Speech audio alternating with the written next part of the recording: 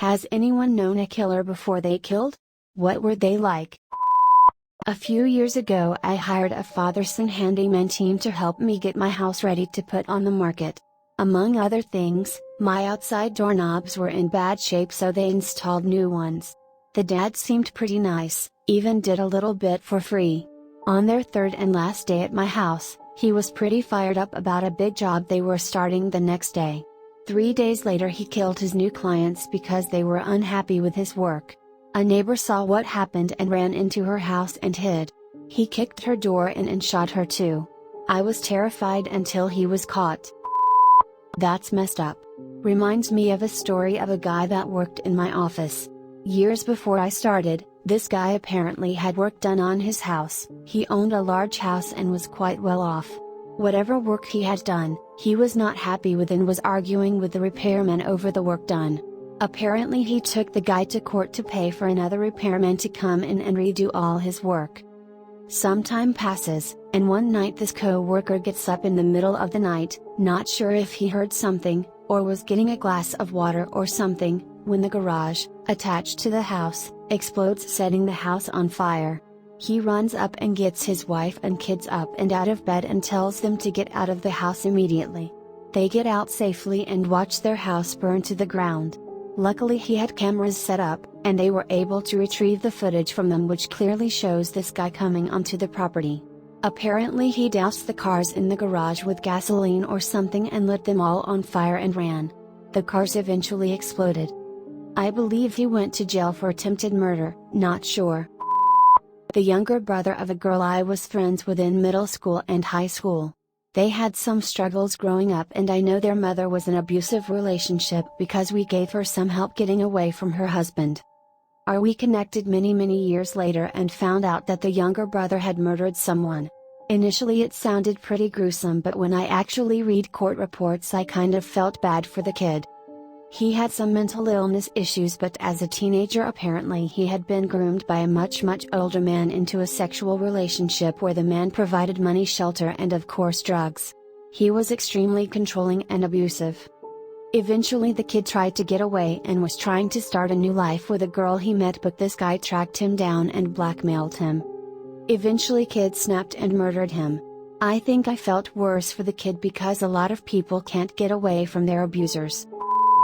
In my first semester of college, I had a computer science professor I really loved. Near the end of the semester, he told us he may be taking time off and finding a replacement for the semester.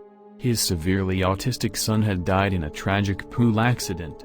He noted that the media was trying to make him look bad. I created a GoFundMe for funeral expenses. He appreciated it and shared photos to use on the page. Fast forward half a year. I get calls from news reporters asking what my thoughts are. He had been arrested on suspected unintentional manslaughter. It turns out, he had left his son outside in the cold by the pool, unsupervised, when he left for work. His son was never supposed to be unattended. His son was outside for who knows how long before the professor's daughter found the boy face down in the pool. Further research into the case revealed the boy was living in an unfurnished basement. Feces all over the walls, often left alone. The police were at the home frequently. CPS had made various safety requirements for them that they never followed. He's being charged with unintentional manslaughter and various forms of child abuse. Him and his wife are being charged for filling the boy's Ritalin prescription for many months after the death. I still believe it was intentional. Texts revealed the daughter discovered the boy when the professor texted her, asking her to check if Freak was okay. I spent 3 months on a study abroad with a Special Forces, ex-FBI, guy named Joe. We were a small group of mostly students, whereas Joe was older and there as part of foreign immersion training for the military. He was a little odd/awkward at times and didn't share too much about himself, which we mostly attributed to the age difference. I describe Joe as very intense but kind-hearted. The military was very important to him and he always seemed very focused on that. But occasionally he'd make a dry joke or let his guard down for a moment with the group. He was very into photography and shared lots of great photos from the trip. He was also somewhat the protector of the group and we always felt completely safe with him. One story I'll share was when he was walking over a bridge and spied some guys in the trees waiting to jump down and rob him. He pulled out a large knife he carried on him and casually brandished it as he walked by. The guys smartly decided not to mess with Joe, but after he crossed he saw them sprint across the bridge and hide behind a building. 2 policemen showed up shortly after and Joe showed them where the guys were hiding so the police could arrest them. Anyways, a few years after we got back I heard the news that he had killed someone and took his own life. He had been training for a new position and his commander deemed that he wasn't physically fit enough for the job. The judgment effectively ended his career and he felt he had been unfairly judged. He brought a gun into the base and shot his commander dead, then killed himself.